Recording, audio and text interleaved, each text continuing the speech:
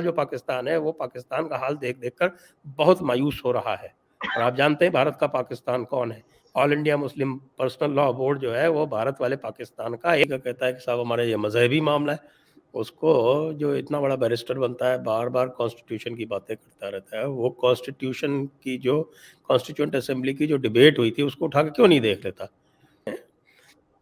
तो अब child marriage की बात है तो चाइल्ड मैरिज में मैं तो राजस्थान का उदाहरण ले लेता हूँ। जी। यहाँ तो 90% चाइल्ड मैरिजेस जो हैं वो हिंदुओं में ही होती हैं। अब तो काफ़ी कम हो गई, लेकिन वो कम इस एक्ट की वजह से नहीं हुई, पकड़े गए हैं ना, उसमें 90% से ऊपर काजी है। ये प्रॉब्लम है उनकी। अगर काजी पकड़ लिए जाएंगे तो साहब फिर वो जो है जो उनके फॉलोअर्स हैं, जो लोग उन काजियों की तकलीद करते हैं, तो वो जो है वो तो बिगड़ जाएंगे। फिर पहले ये संभावना थी कि मुस्लिम कैंडिडेट जो था वो हिंदुओं के वोट ले लेता था, उसके बाद वो संभावना समाप्त हो गई। तभी ये जो रोते हैं कई बार, कहते हैं कि साहब के मुसलमानों का रिप्रेजेंटेशन समाप्त हो गया, उसको समाप्त करने वाले तो यही लोग हैं।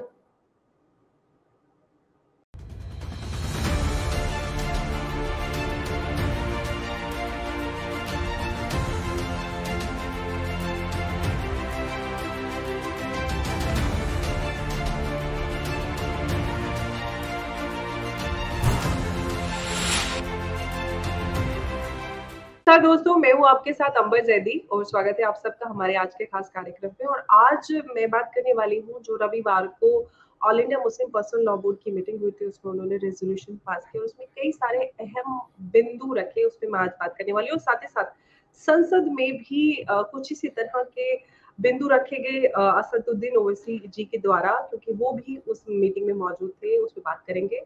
और इन सब पे बात करने के लिए आज हमारे साथ मौजूद है संजय दीक्षित जी। नमस्कार संजय जी, बहुत स्वागत है आपका। नमस्ते अंबर जी। नमस्कार। नमस्कार। बहुत धन्यवाद आपका, आपने समय निकाला और अहम मुद्दे पर बात करने के लिए आपने समय दिया। संजय जी, मेरा सवाल आपसे ये है कि all India Muslim personal law board की जो रविवार को मीटिंग हुई थी, उसमें रेजोल्यूशन में उन्होंने कुछ अहम मुद्दों पर बात की। एक तो यूनिफॉर्म सिविल कोड, उसमें उन्होंने कहा कि ये गैर जरूरी है और इसको नहीं होना चाहिए, भारत में इसकी कोई आवश्यकता नहीं है।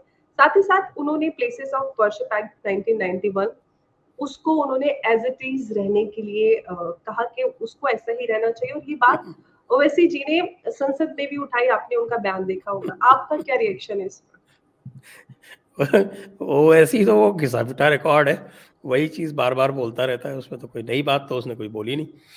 उसको यूसीसी का विरोध करना है वो करना है, और यूसीसी का कहता है कि साहब हमारा ये मजहबी मामला है। उसको जो इतना बड़ा बैरिस्टर बनता है, बार बार कॉन्स्टिट्यूशन की बातें करता रहता है, वो कॉन्स्टिट्यूशन की जो कॉन्स्टिट्यूएंट असेंबली की जो डिबेट हुई थी उसको उठा के क्यों नहीं देख लेता। जो बातें आज ये कह रहा है वही बातें कॉन्स्टिट्यूएंट असेंबली में लोगों ने कही थी, खासतौर से उस टाइम पे जो आपके मालाबार से आने वाले अहमद साहब थे, जिन्होंने बाद में इंडियन यूनियन मुस्लिम लीग बना ली। क्या नाम था, नाम बोल रहा हूँ तो ये पूरी तरह से कॉन्स्टिट्यूएंट असेंबली में डिबेट होके सारे पॉइंट्स रिजेक्ट कर दिए गए। और ये जो बार बार मजहब का बात करते हैं कि साहब ये शरीयत में लिखा हुआ है, ये किसी तरह से इसको चेंज नहीं किया जा सकता, उसके जवाब में डॉक्टर अंबेडकर ने कॉन्स्टिट्यूएंट असेंबली में साफ साफ कहा था, ये कहा था कि ये जो आप बोल रहे हो कि शरीयत जो है वो आपका अनचेंजिंग लॉ है, ये चेंज नहीं हो सकता, तो ये बताओ 1937 से पहले कितने लोग शरीयत मानते थे। तो 1937 के पहले, यानी कि अगर 1300 साल से शरीयत जो थी वो भारत में लागू नहीं थी, तो अचानक ये इम्यूटेबल कैसे हो गई।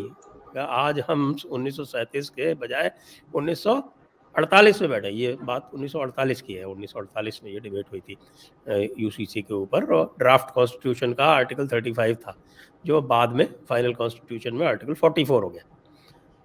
तो उनका भाई आप केरल में आज तक, यानी 1937 से पहले, जब ये मुल्लों ने मिलके अंग्रेज़ों के ऊपर दबाव डाल के, और कांग्रेस तो आप जानते हैं, तो कांग्रेस तो उस समय हर समय इस तरह के किसी भी उसके लिए तैयार रहती थी।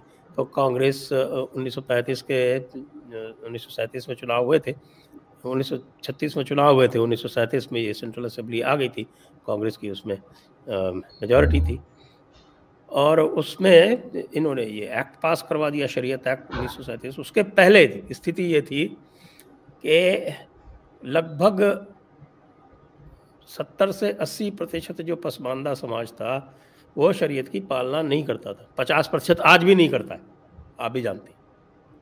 उनके विवाह कर्मों में सारी रस्में जो है निकाह के अतिरिक्त, जो निकाह पढ़ा जाता है उसके अतिरिक्त जो सारी रस्में हैं वो वही जो हमारी संस्कृति में है उसी प्रकार से होती है। और उस समय तो बहुत, जैसे कि नॉर्थ वेस्ट फ्रंटियर था, नॉर्थ वेस्ट फ्रंटियर में कोई शरीयत का कहीं कोई इम्कान नहीं था। वहाँ पे सारे उनके जो ट्राइबल कस्टम्स थे उसके अनुसार सारे काम होते थे। आपके मालाबार में तो सबसे अच्छा इंटरेस्टिंग एग्जाम्पल था, वहाँ पर उनका एक मतुमयक्कम ऐसे करके कुछ मलयालम शब्द है, मैं उसको प्रोनाउंस नहीं कर पा रहा हूँ। जी वो मैट्रियार्कल लॉ है, जी और नॉर्थ केरला के मुसलमान जो थे उस मैट्रियार्कल लॉ से गवर्न होते थे और उनको कोई समस्या नहीं थी। इन्होंने उनको मुसलमान बना दिया, अचानक शरीयत ले आया वहाँ पर। तो मैं तो ये कहता हूँ ये शरीयत एक्ट 1937 है, इसको स्क्रैप कर दीजिए और सब लोग जो है अपने अपने पुराने जो लॉज है उसमें चले जाएंगे। समस्या कहाँ आ रही है? समस्या केवल असदुद्दीन ओवैसी को है, क्योंकि जैसे ही यूसीसी बनता है तो इनका जो इन्होंने पूरा पर्सनल लॉ बोर्ड को इस एक तरह से एक खिलाफत निज़ाम बना रखा है, खिलाफत का निज़ाम बना रखा है मुसलमानों के ऊपर, और ये हमेशा सिद्ध करने का प्रयास करते रहते हैं कि जो कुछ है वो ही है। इसीलिए आपने देखा होगा कि आज जो है वो बड़ा थोड़ा बहुत उन्होंने पसमानदा का भी नाम लिया। क्यों जी लिया? अब बिल्कुल आप आगे आगे बताएंगे तो मैं बताऊंगा उसके पीछे भी क्या है। जी। अच्छा, एक बात उन्होंने और कही कि जो उनका रेजोल्यूशन पास हुआ था all India Muslim personal law board का रविवार को, कि भारत के मुसलमानों को शरीयत पे अमल करना चाहिए। अगर शरीयत पे अमल करने की बात आए तो अगर हम क्रिमिनल और सिविल दोनों मैटर्स में शरीयत पे अमल किया जाए तो समझ में आता है, लेकिन वो मैटर्स, सिविल मैटर्स जहाँ पर महिलाएं और बच्चों से ही ज्यादातर उससे प्रभावित होती हैं, जो कि पर्सनल लॉ की हम बात करते हैं, तो तब शरीयत पे अमल या तो पूरी तरह से किया जाए या फिर नहीं किया जाए, ये किस तरह का की आधी अधूरी बात है जो कि मेरी समझ में तो नहीं आती। आप क्या कहते हैं इस पर? और देखिए, शरीयत पर अगर अमल करेंगे पूरी तरह से, अगर पूरी तरह से शरीयत पे अमल कर रहा है तो इसका मतलब ये है कि फिर आप जो है वो राष्ट्रवाद के सिद्धांत को, राष्ट्र के सिद्धांत को भी नकार रहे हैं। आज ही मैंने देखा था, हमारा जो है ना वो शर्जील इमाम, उसका ये मैं देख रहा था, उसकी टाइमलाइन पे जो फोटो लगी हुई है उसमें वो इकबाल का एक शेर है। वो इकबाल का शेर है क्या कि ताज़ा खुदाओं में बड़े बड़ा सबसे है वतन। तो वतन को ताज़ा खुदा बताया गया है और उसको मजहब के मुख्तलिफ बताया गया है कि मजहब से ये अलग है, ये ताज़ा खुदा है, और इसको अगर हम अंगीकार करते हैं, इसको स्वीकार करते हैं, तो इसलिए हम मजहब से दगा करते हैं। तो ये जो जब बात ये करता है शरीयत की, तो बेसिकली इसके पीछे थॉट ये है, और इसको कोई फ़र्क नहीं पड़ता है। इसलिए तो ये चाहता है कि यहाँ पर तो निज़ाम, खिलाफत का निज़ाम हो जाए। अंदर अंदर जो ये बात करते हैं, मेरे तो कई जासूस हैं, वो बताते हैं कि ये क्या कहते हैं। ये कहते हैं कि ये जो पीएफआई ने जो लिखा था, ये पीएफआई ने कि साहब कि 10% मुसलमानों के साथ में हम जो है वो यहाँ पर निज़ाम मुस्तफ़ा कायम कर सकते। तो ये इनकी यही थॉट है कि हम ये किसी तरह से, और कुछ नहीं तो मुसलमानों में ये शरीयत लागू करके और पर्सनल लॉ बोर्ड के के मार्फत हम इनके जो हैं वो 10-15%, मुसलमानों के 10-15% की बात कर रहे हैं। यानी कि वो अगर जो है वो अशराफ वर्ग का आधा और कुछ पसमानदा इनको साथ में मिला लें, तो कहते हैं उसके बाद तो तलवार के बल पे पूरे हिंदुस्तान पे राज कर लेंगे। आखिरकार पहले भी तो इस्लाम के शासकों ने यहाँ पर राज किया है। ये इनकी थिंकिंग है। अब तो ये संजय भूल जी, गए हैं। सवाल मेरा आपसे ये है कि अगर इस तरह की थिंकिंग है और इस तरह के रेजोल्यूशंस ये ओपनली पास करते हैं तो भारतीय सरकार इस तरह की जो संगठन है उन पर कोई पाबंदी या किस तरह का कोई बड़ा कदम देखिए, क्यों नहीं उठाती भारतीय है? सरकार की इतनी ये खुलेआम ये थोड़ी कहते हैं कि हम राष्ट्रवाद के सिद्धांत को कर नहीं, रहे हैं। अगर ये जो यही मैंने कह आपको देते बात हैं कि बताई, आप पूरी तरह से एक शरीयत पे अमल करें। के लोग जो हैं वो तो उसी बात के ऊपर प्रतिक्रिया लेंगे या उसी के ऊपर रिएक्ट कर सकते हैं जो बात पब्लिक में कही जाए, जो बात प्रेस स्टेटमेंट में दी जाए उसी के ऊपर तो बात कर सकते हैं ना। जो बात अंदर हो रही है वो मेरे तो जासूस हैं वहाँ पे, इसलिए मुझे पता चल जाता है। तो जो अंदर बात हो रही है वो वही बात हो रही है, जो पीएफआई ने जो कहा वही बात ये लोग अंदर खाने करते हैं, लेकिन ये पब्लिकली स्टेटमेंट नहीं देते। अब देखिए, पीएफआई ने जो बात कही वही बात ये अंदर कर रहे हैं, उसका कोई प्रमाण नहीं है। पीएफआई का प्रमाण मिल गया तो पीएफआई बैन हो गई, जिस दिन इनका प्रमाण मिल जाएगा उस दिन ये भी बैन हो जाएंगे। ये इनको पता है, इतना तो होशियार है ओवैसी, वो जानता है ये चीज़, तो इसलिए ये होशियारी से काम करता है। तो जो बात इनफैक्ट ये बिल्कुल इनका कोर ग्रुप है ना, उसके अंदर ही बात होती है। जब पूरी जो मीटिंग होती है ओपन में, उसमें भी ये इस तरह की बात नहीं करते, उस तरह ये ऊपर-ऊपर की बात करते हैं। और कि हमारे यहाँ तो हम शरीयत का ही निज़ाम चलेगा, देखिए हम शरीयत के खिलाफ कैसे जा सकते हैं। अरे तो शरीयत जो है वो तुम्हारे सारे के सारे अशराफ की जो है वो पूरी तरह से कैफ़ियत है, उसको तुमने पूरे हिंदुस्तान पे लागू करने का जब प्रयास किया तो तुम खत्म हो गए, औरंगज़ेब ने किया। तो अब वो तो आप जानते हैं कि इनके जो पसमानदा से जो झगड़े चल रहे हैं, उसी के चक्कर में तो आज इसने किया था ना कि इसका जो ये वहाँ है किशनगंज में और अररिया में जो ये 5 सीटें जीती थी, तो वहाँ पे ये 2 कम्युनिटी हैं, सुरजापुरी और कुलैया करके। अब ये सुरजापुरी कुलैया जो है वो अपने आप को अशराफ मानती हैं वैसे काफ़ी पिछड़ी हुई सी, लेकिन अपने आप को अशराफ मानती है। या तो आप जानते हो, आप आपकी कम्युनिटी का मामला है, इससे अच्छा आप क्या जानते हो कि ये अशराफ और पसमानदा का जो ये मूंछ जो है वो ऊंची रहनी चाहिए उसका, और पगड़ी ऊपर होनी चाहिए। इसका कितनी महत्ता है, कितना महत्वपूर्ण है ये। आज वो कह रहा था कि ये इनको ओबीसी का दर्जा दे दीजिए आप सुरजापुरी और कुलैया को। आप ये आज इसने डिमांड की थी। ज़िंदगी में पहली बार इसको मैंने पसमानदा के बारे में बात करते देखा। और दूसरा झगड़ा क्रिएट करने के लिए, क्योंकि उसको पता है ना कि आजकल जो है वो बीजेपी पसमानदा को थोड़ा-सा अपनी तरफ लाने का प्रयास कर रही है। बेसिकली ये प्रयास तो हम लोगों ने आरंभ किया था, लेकिन वो उन्होंने देखा कि शायद इससे कोई वोटों का फ़ायदा हो जाएगा, तो इसलिए जो मूवमेंट आपने शुरू किया था उसको थोड़ा-सा इससे धक्का लगा है बेसिकली, क्योंकि पॉलिटिसाइज़ हो गया। हमने तो ये आरंभ किया था कि जो पसमानदा है वो अपनी आइडेंटिटी समझे, इन अशराफ से जो है, इनके चक्कर से, इनकी जो तकलीद करता रहता है उससे अलग हो। जी। ये हमारा तो ये पर्पस था इसको आरंभ करने का। लेकिन बीजेपी ने इनको चूँकि उनको समझ है नहीं, तो वो उनको अप्रोच भी करते हैं तो अपने जो इनके अशराफ काडर है उनके ही माध्यम से करते हैं, तो आप सोचिए कितना सफल होंगे ये। जी।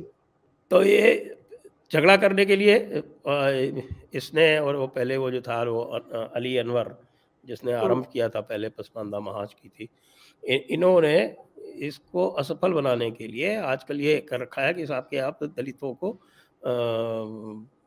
उसमें शेड्यूल दलित कास्ट में ले मुस्लिम का लीजिए, स्टेटस दे दीजिए। शेड्यूल कास्ट में ले लीजिए। तो भाई, तो ये शरीयत के मुताबिक कैसे है, ये शरीयत के मुताबिक कैसे है, ये समझा दो मुझको। ये तो मैं मेरी समझ से भी बाहर है। हजरत ओवैसी ये मुझे समझाएं कि किसी को शेड्यूल कास्ट बना देना, कास्ट ले आना, ये शरीयत के मुताबिक कैसे है। इस्लाम में तो ऐसा मुझे कैसे पता है कि व्यवहार में तो पूरी तरह से भेदभाव है, मुस्लिम समाज में इतना अधिक है, और डॉक्टर अम्बेडकर ने भी पॉइंट आउट किया था उसी समय, जी। और आज भी वो वही है जहां डॉक्टर अम्बेडकर ने पॉइंट आउट किया था। Absolutely. कोई उसमें लत्ती भर भी, लेश मात्र भी परिवर्तन नहीं है। हिंदू समाज तो कहाँ से कहाँ पहुंच गया है। यहाँ तो आजकल तो खाली जो है वो आपके कानूनों में और जॉब्स में, और उसमें चूंकि किताबों में, आपके कानूनों में लिखा हुआ है, इसलिए ये जाति प्रथा जीवित है। कानूनों में ना लिखा हुआ हो तो लेश मात्र भी कहीं दिखाई नहीं पड़े, लेकिन पॉलिटिशियंस को वो सूट करता है तो इसलिए उसको वो आगे बढ़ाते रहते हैं। तो ये जो है इसका जो सारा का सारा नाटक है वो यही है कि किसी तरह से सत्ता जो है इन्हीं अशराफियों के हाथ में रहे और किसी भी तरह से जो एक विभेद का जो विमर्श है, झगड़े वाला, कॉन्फ्लिक्ट का, वो चलता रहे। वो उसको चलते रहने से इनको बहुत लाभ मिलता है। आजकल तो पूरी की पूरी जो लेफ्टिस्ट लॉबी है, ग्लोबल लेफ्टिस्ट लॉबी है, वो इनको सपोर्ट कर रही है। आपको जानकर आश्चर्य होगा कि अरबिया की जो अरब की लॉबी है, वो इनके पीछे से हट गई है। आजकल अरब की लॉबी इनको नहीं सपोर्ट करती, लेकिन इनको ग्लोबल इस्लामिस्ट जो है, मुस्लिम ब्रदरहुड टाइप के, पाकिस्तानी, ये सब जो है ये पूरी तरह से इनके साथ में है।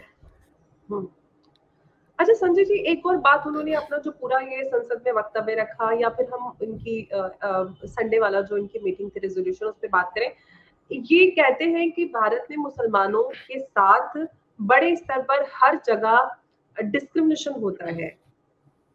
आपको लगता है कि मुसलमानों के साथ कहीं पे कोई भेदभाव होता है, जो उन्होंने एक बड़ा इल्जाम लगाया है? आजकल तो हम तो उल्टा कह रहे हैं कि डिस्क्रिमिनेटरी लॉज जो हैं, जो लॉज हैं, वो हिंदुओं के विरोध, हिंदुओं के खिलाफ डिस्क्रिमिनेशन करते हैं। आर्टिकल 25 से लेके आर्टिकल 30 तक जो भी हैं उसमें हिंदुओं के विरोध में है वो सारे के सारे। आप ये देखिए कि हिंदू अपने मंदिरों को सरकारों के हाथों गंवा रहे हैं। क्या आज तक एक भी मस्जिद, दरगाह, चर्च लिया क्या किसी सरकार ने? इंडिपेंडेंट सरकार ने, मतलब भारत की स्वतंत्रता के बाद एक भी बता दीजिए आप। अजमेर दरगाह की बात करते हैं, वो एक्ट अंग्रेजों का बनाया हुआ है पहले से वो, और उसमें भी वो बेचारा जो नाजिम है उसको इतना कमज़ोर कर दिया है, उसको कोई पूछता ही नहीं है। जो भी खादिम है वो आके उसके पीछे से एक सर पर टीप मार के चला जाता है।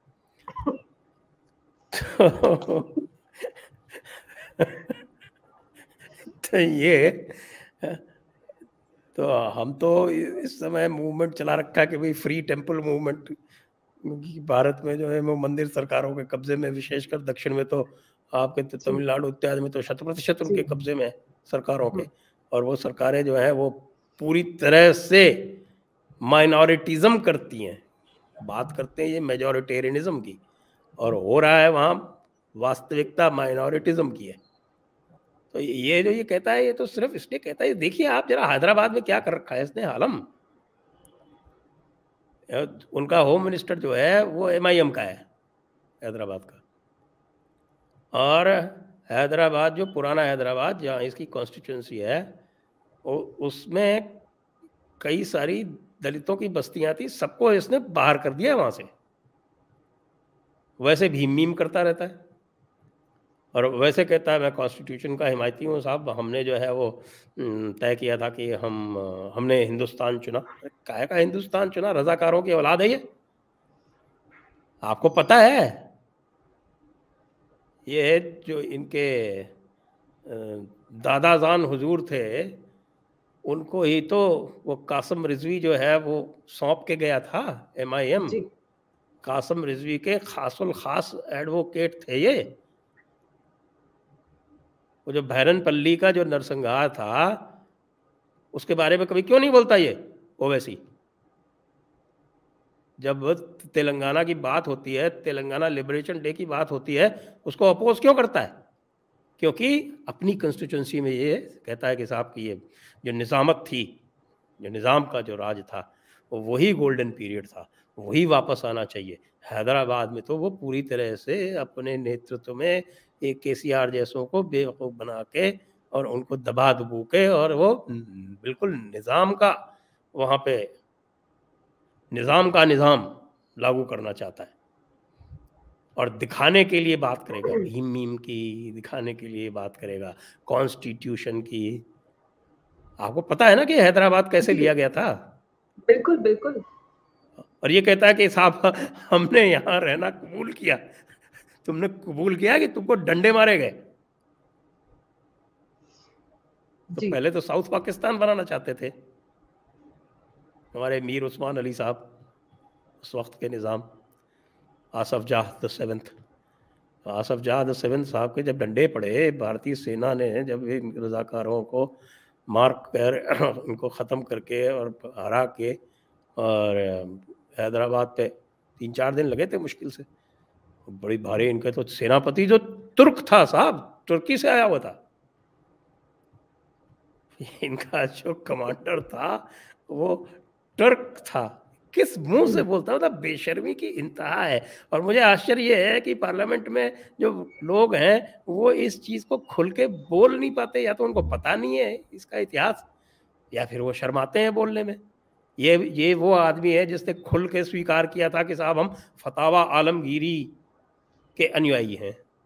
और फतावा आलमगीरी क्या कहती है, अब तो मैंने फतावा आलमगीरी का अनुवाद करा दिया हिंदी में, आप लोग देख सकते हैं, चेक कर सकते हैं, हमारी thejaipurdialogues.com पे पड़ी हुई है।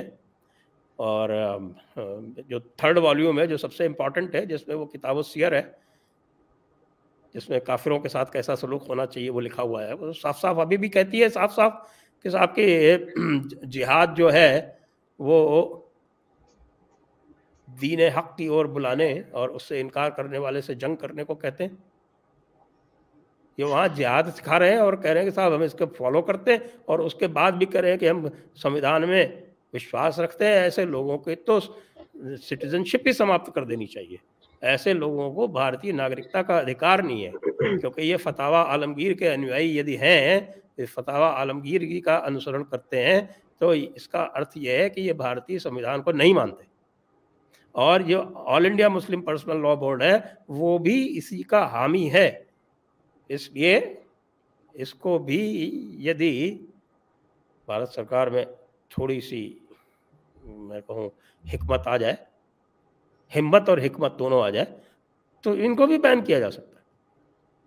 जी, यही मेरा सवाल बहुत सालों से है, क्योंकि जिस तरह के काम all India Muslim personal law board करती है, जो उनकी चीज़ें सरफेस पे दिखाई देती है, तो उस पर मुझे लगता है कि सरकार को कुछ कदम उठाने की ज़रूरत है। लेकिन एक और जो सवाल मैं आपसे करना चाहती हूँ Sanjay ji, places of worship act एक मैं बताऊं, एक इनकी किताब है वो जी। जो क्या है इसका, कवानीन मुसलमीन या कुछ इस जी, तरह जी, की, जी, जी, जी। तो उसमें ये सारी चीजें लिखी हुई हैं, जैसा हमारे जो है वो कुछ पसमानदा मित्र बताते हैं। बिल्कुल, बिल्कुल। आप सही कह रहे हैं। जी जी। सवाल मेरा आपसे ये है, प्लेसेस ऑफ वर्शिप एक्ट 1991 को लेके भी बात कही गई, जो उनका रेज़ोल्यूशन पास हुआ, और जो फ्रीडम ऑफ रिलीजन को लेके भी उन्होंने बहुत फोकस किया, क्योंकि कन्वर्जन का मुद्दा पिछले दिनों रहा था। क्योंकि सवाल मेरा आपसे इसलिए ये है क्योंकि आपने प्लेसेस ऑफ वर्शिप एक्ट को कोर्ट में भी चैलेंज किया है। तो जो बात all India Muslim personal law board की तरफ से कही है कि इसको जैसे के तैसे, जिस तरह से वैसे ही मेंटेन किया जाए और उसी तरह से इसका इम्प्लीमेंटेशन भी हो। क्या कहते हैं आप इस पे? चलिए, मुझे खुशी है कम से कम यहाँ तक तो है कि जैसे कि तैसा है उसको इम्प्लीमेंट किया जाए, क्योंकि अभी तक तो ये कहते थे कि उसके तहत तो ये प्रावधान होना चाहिए कि किसी को इसमें सिविल सूट फाइल करने की अनुमति ही ना मिले। लेकिन अब ये कह रहे हैं अगर कि साहब कि उसको जैसे कि तैसा रहने दिया जाए, तो इसका मतलब ये तो एक क्लाइम डाउन हुआ। क्यों? क्योंकि उसका जो सेक्शन 3 है और उसका सेक्शन 4 है, और सेक्शन 3 ये कहता है कि जो प्लेस ऑफ वर्शिप जिस तरह की है उस तरह की बनी रहे, और सेक्शन 4 जो है वो ये कहता है कि साहब की जो पुरानी जो प्लेसेस ऑफ वर्शिप एक्ट हैं उनकी स्थिति वो रहेगी जो सन 1947 15 अगस्त 1947 को थी। तो जो पिटिशंस जो आई हैं चैलेंज में, कुछ ने तो पूरा एक्ट चैलेंज किया है, लेकिन जैसे विष्णु शंकर जैन जी हैं, उनकी पिटिशन जो है केवल सेक्शन 4 को चैलेंज करती है। अच्छा, अब ये देखिए कि सेक्शन 4 को भी चैलेंज करती है, तो उसमें ये है कि भाई उसका रिलीजियस कैरेक्टर बना रहेगा। तो अब ये बताइए रिलीजियस कैरेक्टर क्या था, उसको तय करने के लिए क्या साधन है? क्या रिलीजियस कैरेक्टर वो होगा जो all India Muslim personal law board कह देगा? मान लीजिए काशी विश्वनाथ का केस ले लेते हैं कि काशी विश्वनाथ में चैलेंज ये है कि साहब कि इसका जो रिलीजियस कैरेक्टर है, हिंदू पक्ष कहते हैं कि इसका जो रिलीजियस कैरेक्टर है वो जो हमारे एग्जिस्टिंग लॉज हैं, जो कोर्ट ने ले डाउन किया है कि एक बार कहीं भी प्राण प्रतिष्ठा हो गई तो वो भूमि जो है सदैव देवता की रहती है, चाहे वहां से मूर्ति हटा ही क्यों न दी जाए। ये दो 5 जज बेंच के, कॉन्स्टिट्यूशन बेंच के जजमेंट हैं। एक महंत राम स्वरूप का है, एक ये हमारे ठाकुर गोविंद देव जी जयपुर वाले, इनका 2 जजमेंट्स हैं। तो इसमें सही पूछिए तो हिंदू पक्ष को तो कोई समस्या नहीं है।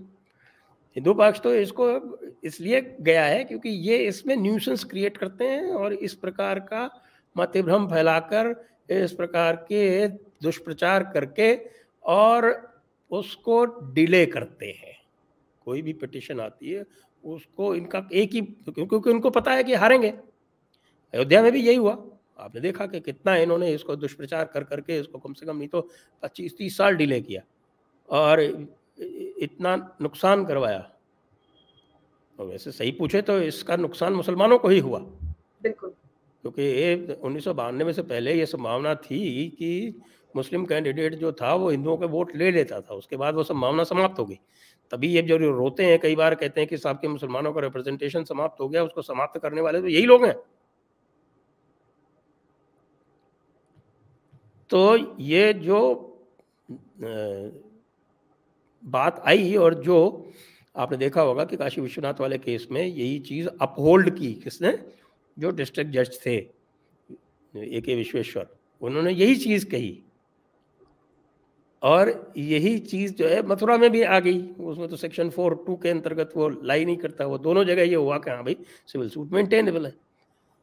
तो ये सिविल सूट मेंटेनेबल है, ये भी नहीं चाहते। ये तो ये चाहते हैं कि साहब कि हम जिसको कह दें कि ये इस्लामिक प्लेस ऑफ वर्शिप है, बस वो वही फाइनल हो जाए। मतलब ये चाहते हैं कि भारत में इस्लामिक रूल दोबारा आ जाए, जिस तरह से औरंगजेब जो था वो किसी भी जगह को उसके ऊपर हाथ रख देता था, कह देता था कि ये इस्लाम की हुई, उसी तरह से हम जैसे कहते हैं वो कह दें वो इस्लाम की हुई। तो भाई इस्लामिक रूल तो अब आ नहीं सकता, ये भूल जाएं। जिस किसी को इस्लामिक रूल चाहिए वो पाकिस्तान जा सकता है। पाकिस्तान वैसे भी जब से भारत वाला जो पाकिस्तान है वो पाकिस्तान का हाल देख देख कर बहुत मायूस हो रहा है। और आप जानते हैं भारत का पाकिस्तान कौन है? All India Muslim personal law board जो है वो भारत वाले पाकिस्तान का एक बहुत बड़ा प्रतिनिधि है। बिल्कुल, आपने सही कहा, क्योंकि भारत आज के, अगर हम नए भारत की बात करते हैं तो इस तरह की सोच या इस तरह के उद्देश्य तो पूरे नहीं होंगे। जैसा खुद ओवैसी जी कहते हैं कि ये देश संविधान से चलता है, तो बिल्कुल देश संविधान से ही चलेगा। जो भी संविधान में वो प्रावधान है उनका उसी, वो उनका पब्लिक स्टेटमेंट है, अंदर कुछ और जी कहते हैं। हाँ, वो हर चीज में, मैंने उनकी इतने सालों से संसद में किसी भी चीज के अंदर उनकी कितनी भी बहस देखी, हमेशा वो कॉन्स्टिट्यूशन की बात जरूर करते हैं, चाहे किसी न्यूज चैनल से बात करें या संसद में बात करें। तो कॉन्स्टिट्यूशन की बात तो वो बहुत ज्यादा करते हैं, सबसे ज्यादा वो बात कॉन्स्टिट्यूशन की और प्लेसेस, आर्टिकल 14, 15, 21 और 25 से लेके पूरे इन आर्टिकल्स को जरूर मेंटेन करते हैं, मेंशन करते हैं। संजय जी, अभी जो आसाम में चाइल्ड मैरिज के अगेंस्ट क्रैकडाउन सरकार ने कहा, उसको लेकर भी बड़ी बात हो रही हैं और उसको लेकर भी ओवैसी जी ने कहा कि मुसलमानों को डराने की एक साजिश है। आप जानते हैं कि चाइल्ड मैरिज की बात करें, आप राजस्थान में रहते हैं और भी पूरे जगह पर आप इस मुद्दों पर नजर रखते हैं और आप IAS ऑफिसर रहे हैं, तो आप मुझसे ज्यादा आप जानते हैं इन सारी चीजों की। जो आसाम सरकार ने क्रैकडाउन किया है, वो जो सर्वेज हुए हैं उनके आधार पर 4074 FIR से, जिसके आधार पर 2271 लगभग गिरफ्तारियां हुई हैं। उसमें हिंदू भी है, मुसलमान भी है, सभी लोग हैं। तो इसमें ऐसा क्यों कहा जा रहा है कि सिर्फ मुसलमानों को परेशान किया जा रहा है? वो क्या है कि वो जो काजी और पुजारी पकड़े गए हैं ना, उसमें 90% से ऊपर काजी है। ये प्रॉब्लम है उनकी। अगर काजी पकड़ लिए जाएंगे तो साहब फिर वो जो है, जो उनके फॉलोअर्स हैं, जो लोग उन काजियों की तकलीद करते हैं, तो वो जो है वो तो बिगड़ जाएंगे फिर। उस पर पुरोहित भी है संजय उनको जी। तो ये दिक्कत है कि साहब की इन्हीं के सहारे तो हम इनको भेड़ बकरियों की तरह चलाते हैं। तो ये तो मामला गड़बड़ हो जाएगा कि साहब काजी साहब की तो चलती नहीं, काजी साहब तो जेल चले गए, इक्के दुक्के पुजारी भी जी, गए हैं। तो अब चाइल्ड मैरिज की बात है तो चाइल्ड मैरिज में मैं तो राजस्थान का उदाहरण ले लेता हूँ। जी, यहाँ तो 90% चाइल्ड मैरिजेस जो हैं वो हिंदुओं में ही होती हैं। बिल्कुल। अब तो काफ़ी कम हो गई, लेकिन वो कम इस एक्ट की वजह से नहीं हुई है।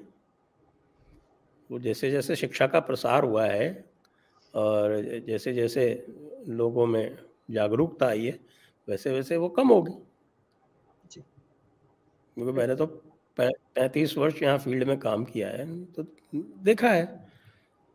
आरंभ में जब ये आपका रिजर्वेशन आया महिलाओं का पंचायती राज में, तो वो सभी जगह जहाँ महिलाएं सरपंच इत्यादि बनी, तो वहाँ पर एक नई इंस्टीट्यूशन आ गई सरपंच पति की।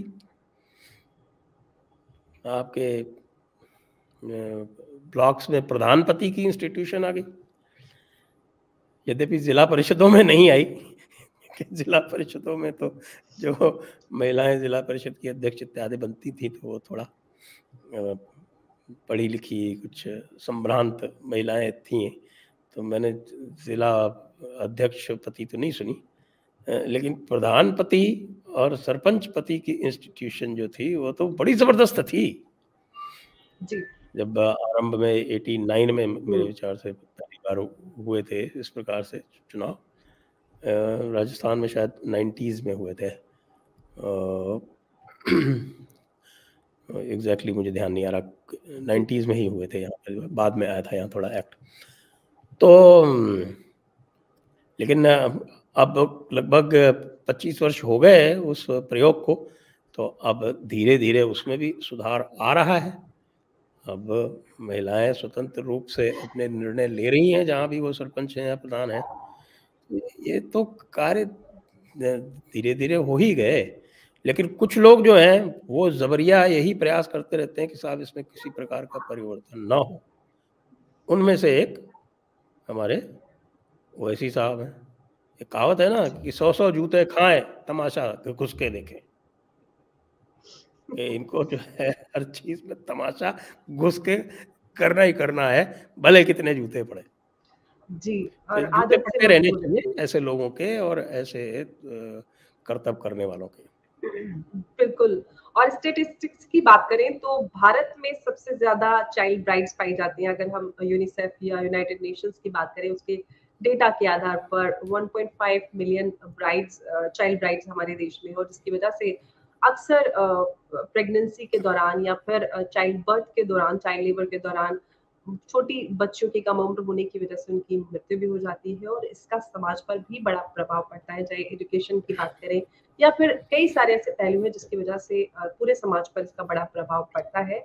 और कई सारे ऐसे राज्य हैं जहाँ पर हम उत्तर प्रदेश की बात करें, राजस्थान की बात करें, झारखंड, बिहार, असम, कई ऐसे राज्य जहाँ पर ये प्रथा हमें देखने के लिए मिलती है, और इस पर एक बड़ा सख्त एक्शन सरकार की तरफ से बहुत ज़रूरी है। जो असम सरकार कर रही है, मुझे लगता है कि वो बहुत ज़रूरी है। उसमें कुछ अगर बदलाव हो सकते हैं या कहीं पे किसी के साथ कुछ गलत हो रहा है, तो वो एक अलग विषय हो सकता है, लेकिन इसके अगेंस्ट एक बड़ी मुहिम जो सरकार की तरफ से नज़र आ रही है, वो बहुत ज़रूरी थी। संजय जी, बहुत-बहुत धन्यवाद आपका, चर्चा में जुड़े, आपने सभी बिंदुओं पर बहुत खुलकर बात की। इसके लिए आपका धन्यवाद। नमस्कार, जय हिंद। जय हिंद, वंदे मातरम।